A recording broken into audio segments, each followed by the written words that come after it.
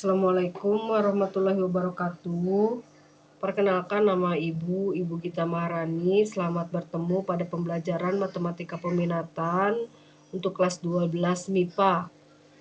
Hari ini kita akan mempelajari tentang limit fungsi trigonometri. Nah, ini ya limit fungsi trigonometri yang disampaikan oleh Ibu sendiri, yaitu Ibu Gita Maharani.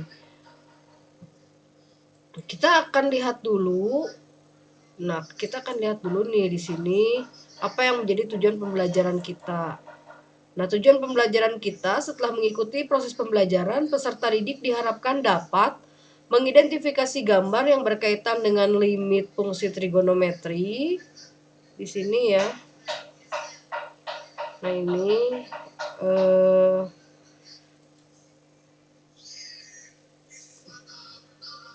mengidentifikasi gambar yang berkaitan dengan limit fungsi trigonometri, kemudian mengidentifikasi masalah yang berkaitan dengan limit fungsi trigonometri, menjelaskan pemecahan masalah yang berkaitan dengan limit fungsi trigonometri, menjelaskan penerapan limit fungsi trigonometri dalam pemecahan masalah, menyelesaikan masalah yang berkaitan dengan limit fungsi trigonometri, menerapkan limit fungsi trigonometri dalam pemecahan masalah, mempresentasikan gambar yang berkaitan dengan limit fungsi trigonometri, kemudian mempresentasikan pemecahan masalah yang berkaitan dengan limit fungsi trigonometri, dan mempresentasikan penerapan limit fungsi trigonometri dalam pemecahan masalah. Nah, itu tujuan pembelajaran kita untuk limit fungsi trigonometri. Mudah-mudahan nanti setelah mengikuti proses pembelajaran, tujuan ini dapat dicapai oleh kalian.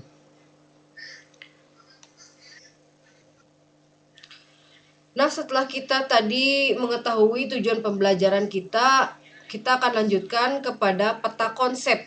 Peta konsep ini nanti akan lebih memfokuskan kalian apa saja yang akan dipelajari pada pembelajaran limit fungsi trigonometri.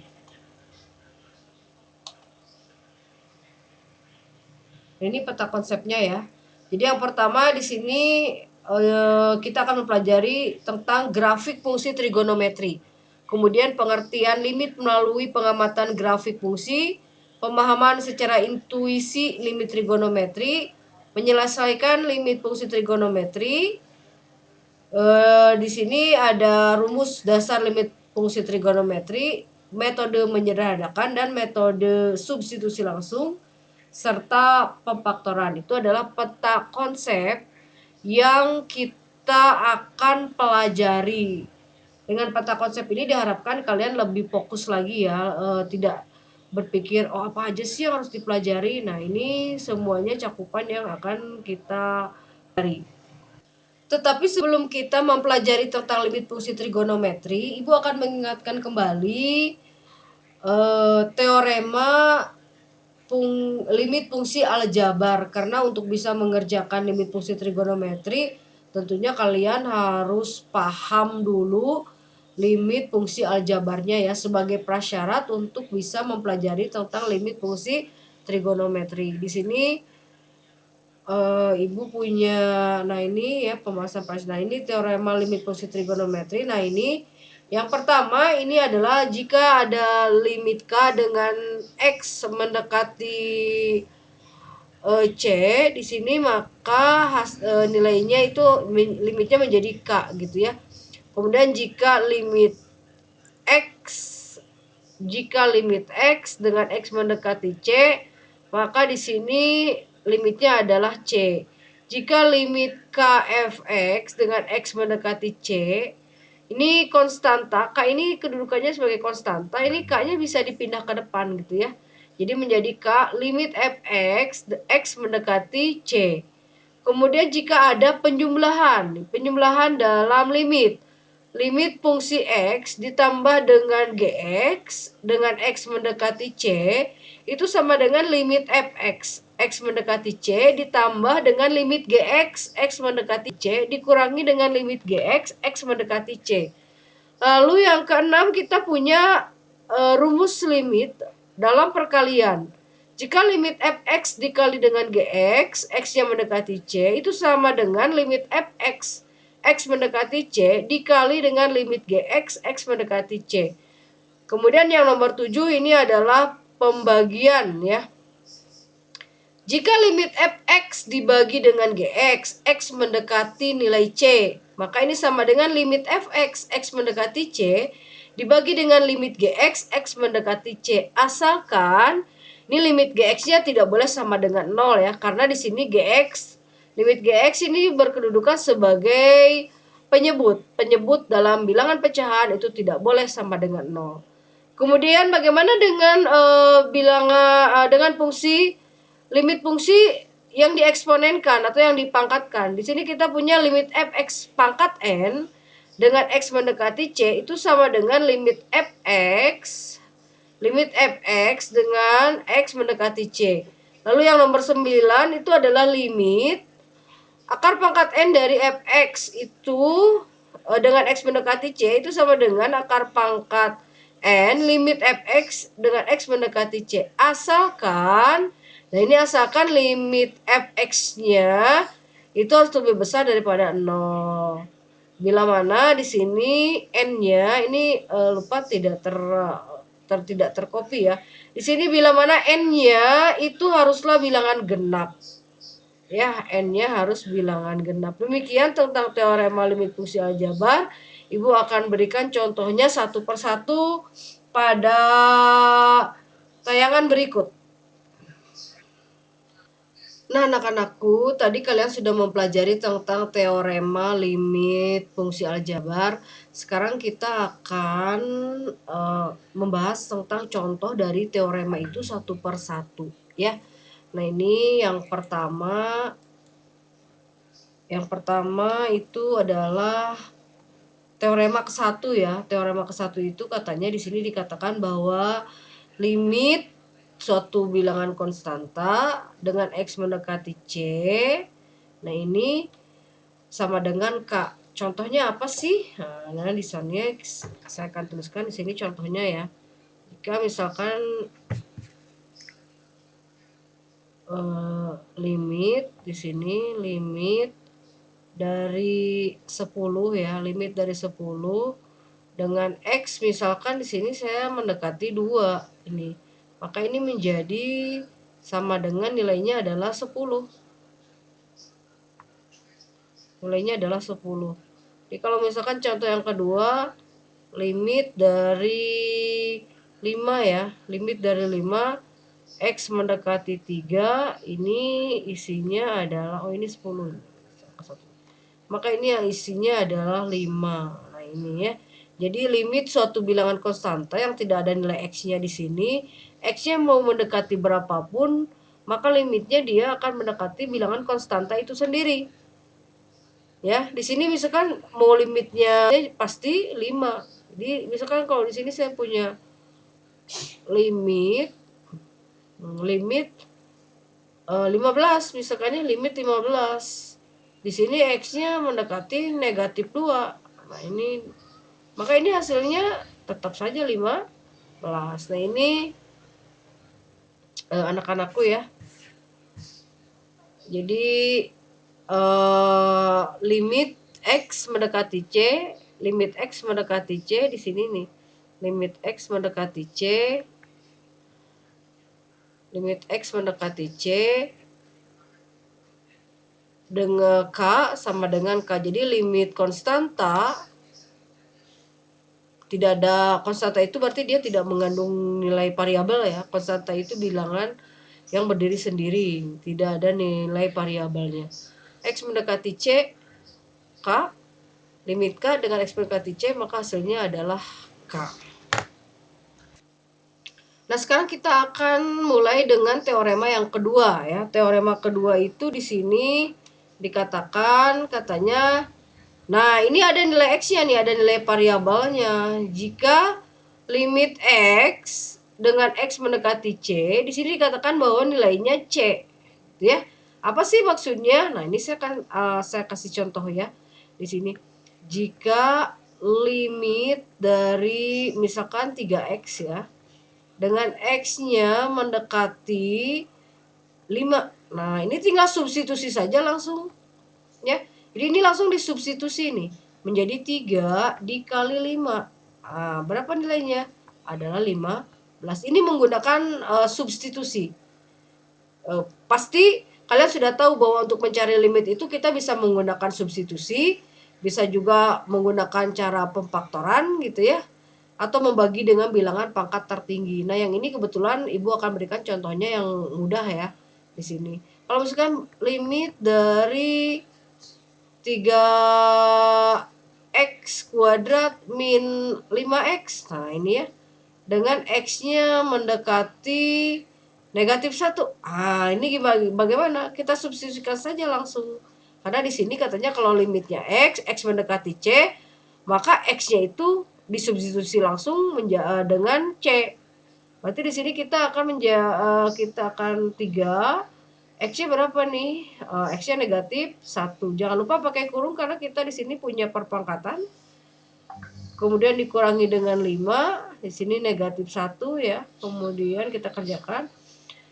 Kita kerjakan dulu bilangan berpangkat sesuai dengan hierarki pengerjaan dari operasi aljabar. Yang pertama kali dikerjakan adalah pangkat dulu di sini ya. -1 kuadrat itu adalah +1.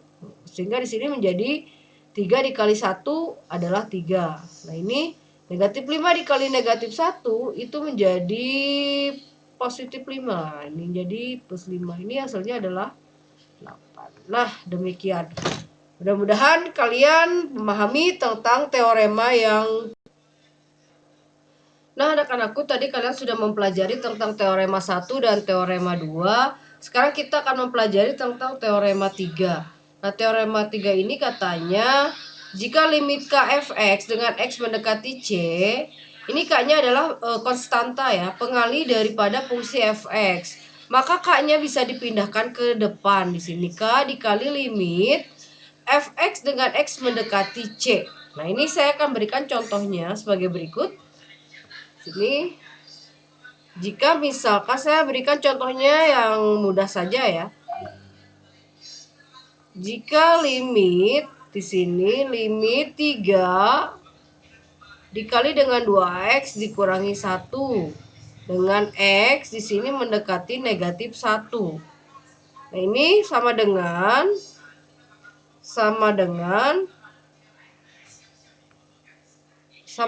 3-nya ini bisa pindah nih, 3 dikali limit 2x dikurangi 1 dengan sama dengan 3.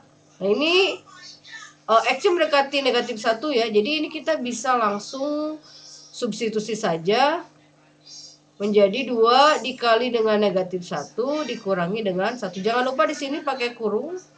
Kalau tidak pakai kurung nanti bisa salah pengerjaannya. Nah, ini menjadi -2 ya. Ini kali ini -2 dikurangi 1. Nah, di sini sama dengan 3. -2 dikurangi -1 di sini adalah -3 ya. -3. Nah, ini menjadi -9. Jadi isinya adalah -9. Kalau misalkan ada pertanyaan nih, misal ya, Bu, bagaimana kalau misalkan ini saya ganti warnanya jadi warna biru ya. Bu, bagaimana misalkan kalau saya mengerjakan tidak menggunakan teorema, tapi langsung saja ini dikalikan ke sini. Ini tidak masalah, bisa saja. Karena matematika itu mengajarkan kita untuk mencari jalan lain ya, mencari jalan sebanyak-banyaknya. Tetapi kita cari yang paling sederhana, yang paling mudah kalian kerjakan.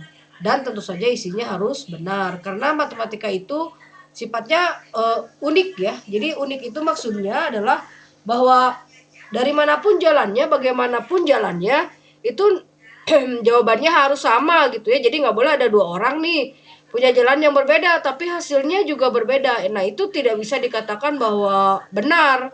Karena ketika ada 2 orang yang jalannya berbeda dan hasilnya juga berbeda, itu kemungkinan bisa salah satu yang salah atau malah kedua-duanya yang salah.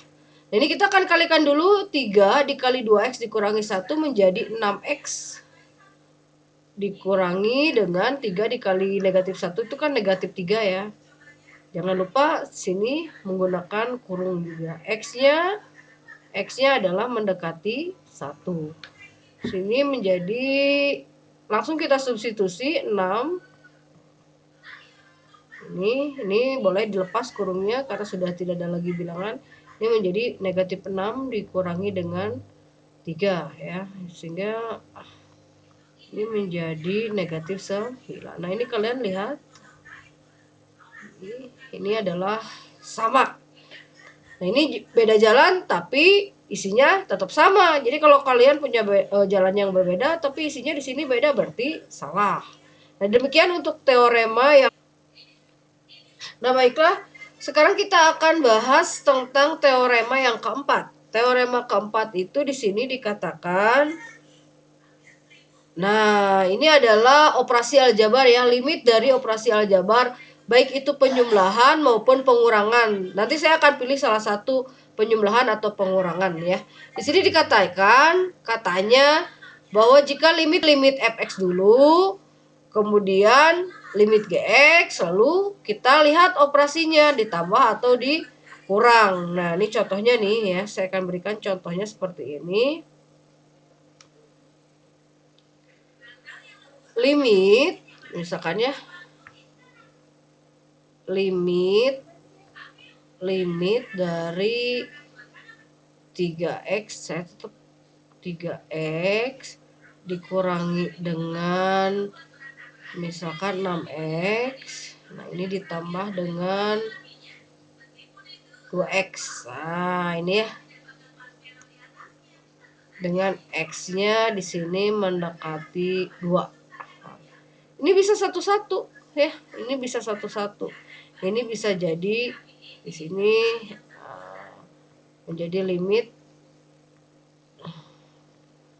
3x dengan x mendekati 2 dikurangi dengan limit 6x, x mendekati 2 ditambah dengan limit 2x, x mendekati 2. Lalu kita substitusikan satu persatu.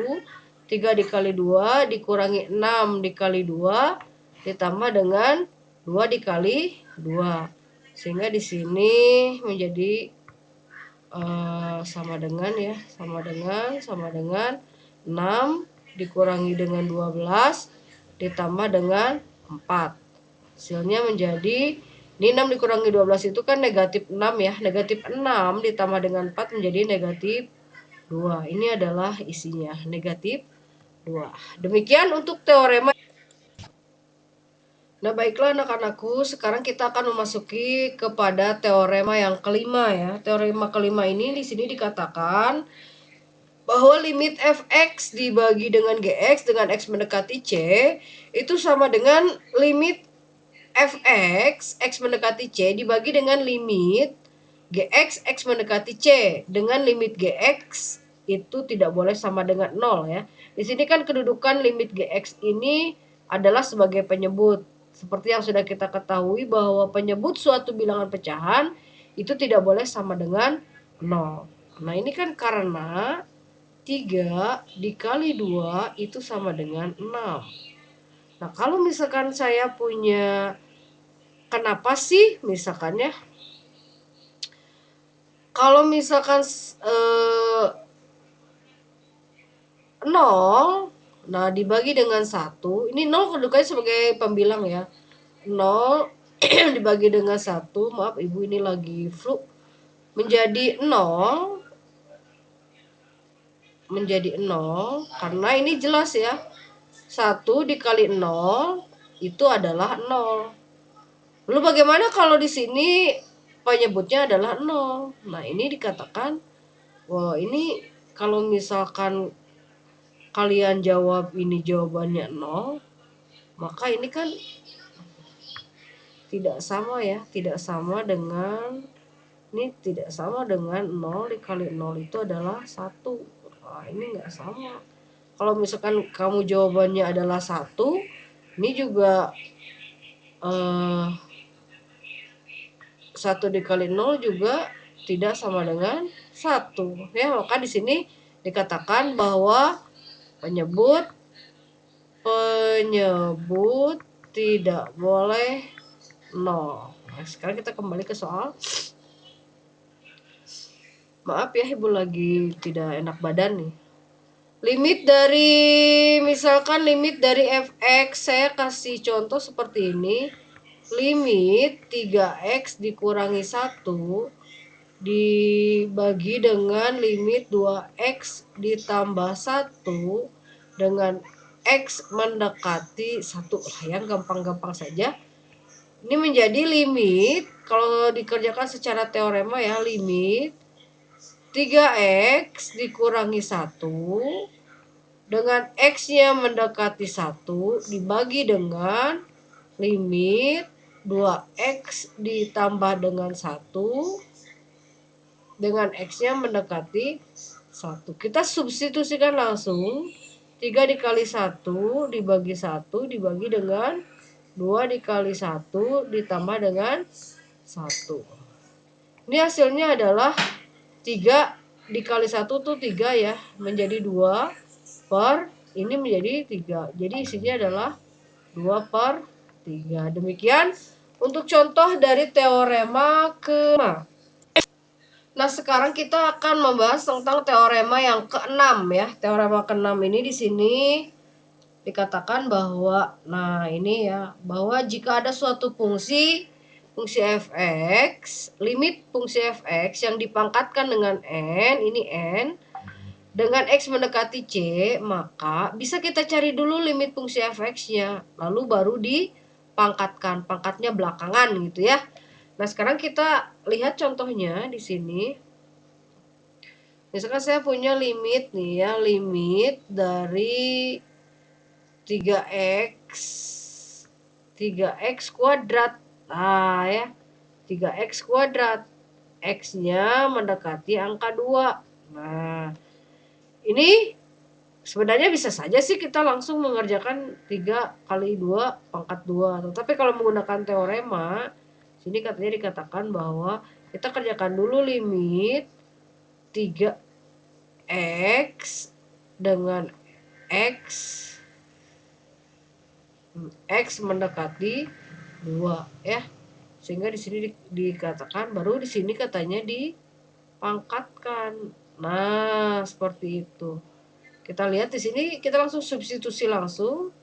3 dikali 2 berarti ya. Ini di sini kurang jelas ya. Nah, pangkat 2 maka hasilnya adalah 6. 6 kali 2, 6 di sini. Nah, di sini menjadi 36. Nah, ya. Bagaimana kalau langsung? Kalau langsung sih bisa saja ya, langsung disubstitusi aja langsung ke sini. Menjadi 3 dikali 2 kuadrat menjadi 36. 36. Sama aja ya. Salah. Baiklah anak-anak, kita akan memasuki teorema limit yang ke-6. Kita akan cari tahu dulu ya, seperti apa teorema limit yang ke-6 ini. Nah, ini adalah akar pangkat ya. Jika limit akar pangkat n dari fx dengan x mendekati c, nah itu cara mengerjakannya bisa limit fx-nya dulu dicari terlebih dahulu. Jadi dikatakan akar pangkat n dari limit fx dengan x mendekati c. Nah, ini ada syaratnya ya. Syaratnya di sini dikatakan bahwa limit fx dengan x mendekati c itu harus lebih besar daripada 0. Karena memang di sini ini radikan ya. Jadi bilangan yang ada di bawah akar itu disebut dengan radikan. Itu radikan itu tidak boleh negatif, harus lebih besar daripada 0. Karena di sini harus lebih besar daripada 0 dan di sini berarti n-nya harus genap. Nah, ini ya. Jadi n-nya harus genap di sini. Sudah paham ya? Berarti karena di sininya itu harus lebih besar daripada 0, maka di sini n-nya harus genap. Nah, kita lihat contohnya. Ini saya akan indeks ya. Ini indeks akarnya itu harus genap. Kita kasih contoh di sini seperti ini. Kalau misalkan di sini indeksnya kosong, ini indeksnya kosong berarti otomatis indeksnya 2. Nah, ini misalkan limit dari 8x. Nah, ini ya, saya cari soalnya yang simpel-simpel saja. X-nya di sini mendekati 1. Nah, ya. 8 akar 8x mendekati 4 dikurangi 4, x-nya mendekati 1. Nah, di sini kosong ya. Di sini ini ya indeksnya kosong. Kalau kosong, ini berarti dia otomatis indeksnya itu 2. Di sini kita akan cari tahu. Nah, ini menjadi katanya dimasukkan ke dalam begini. Nah, limit dari 8x dikurangi 4. Jangan lupa pakai kurung berarti di sini. Pakai kurung, x-nya mendekati 1. Menjadi 8 dikali 1 dikurangi 4. Menjadi 8 dikurangi 4, 4. Nah, ini menjadi isinya adalah 2. Ya. Atau kurang lebih 2 gitu ya ini isinya. Demikian soal daripada teorema 6. Mudah-mudahan dari tadi kalian memperhatikan dari teorema 1 sampai ke teorema 6 kalian bisa paham ya, bisa jelas, bisa mengerti dan bisa memahami. Jika ada yang mau ditanyakan, nanti kalian bisa bertanya melalui WhatsApp ya. Dan jangan lupa untuk kalian berikan komentarnya di bawah itu sebagai absen dari pembelajaran kita. Membuktikan bahwa kalian sudah menonton tayangan ini. Nah, anak-anak, tadi kita sudah mempelajari tentang cara mengerjakan teorema 1 sampai teorema 6. Di sini Ibu akan berikan latihan. Kerjakan soal berikut di buku latihan. Nah, ini kalian jangan lupa untuk menyediakan 2 buku ya. Yang pertama adalah buku catatan dan yang kedua adalah buku latihan. Kemudian kalian boleh kirim hasil pekerjaannya melalui foto dan dikirimkan ke email Ibu. Nanti emailnya akan Ibu share via WhatsApp ya. Nah, ini email akan dikirim via WhatsApp. Nah, ini adalah soalnya. Soal yang nomor 1, nah jika ada limit 2x sama dengan limit 2x dengan x mendekati negatif 3 itu berapa ya. Kemudian yang kedua, soal yang kedua nih. Limit fx kuadrat ditambah 2x dikurangi 1 dengan x-nya mendekati negatif 5 itu berapa? Lalu sini soal nomor 3. Limit x kuadrat dikurangi 5 di pangkat 3, x mendekati 3 berapa? Lalu soal nomor 4, limit 2x kuadrat dikurangi x dikurangi 1 dibagi 3x kuadrat dikurangi x dikurangi 2, x-nya mendekati 1. Berapa? Kemudian soal nomor 5, ini yang terakhir, itu adalah limit x ditambah 5 dikali 2x dikurangi 7 sama dengan berapa? X-nya mendekati 3. Nah, itu adalah soal sampai nomor 5. Akhir kata, Ibu ucapkan terima kasih atas perhatiannya. Jangan lupa tetap sehat, pakai masker, jaga jarak, dan selalu cuci tangan. Wassalamualaikum warahmatullahi wabarakatuh.